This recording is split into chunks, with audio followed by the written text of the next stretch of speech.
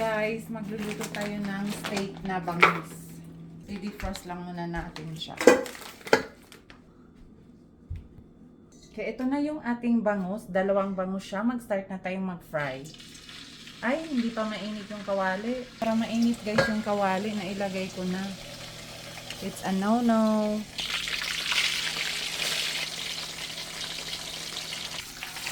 Alright.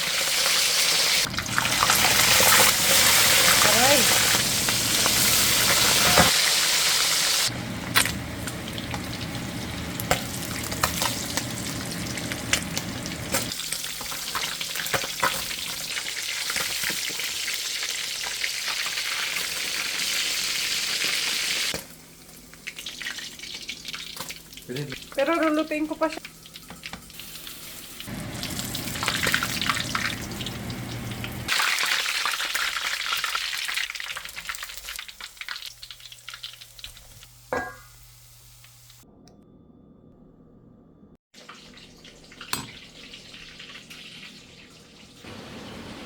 So guys, ito nagisa lang ako ng garlic and onion.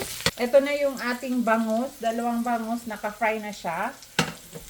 This time, kailangan na natin gawin ang ating sauce. So, maglagay lang ako ng toyo. And then ito, yung kalamansi na galing pa sa Pilipinas. Last na lang to guys. Pag maubos to, kailangan na naming bumili.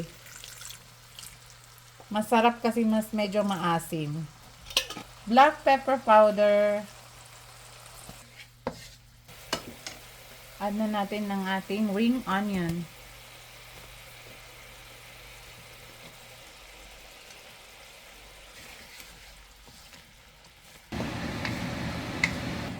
Add na natin ng ating fried fish.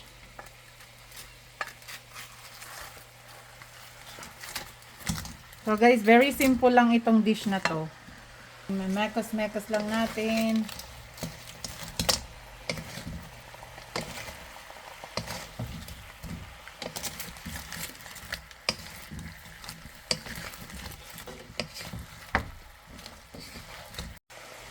Ay, hindi ko.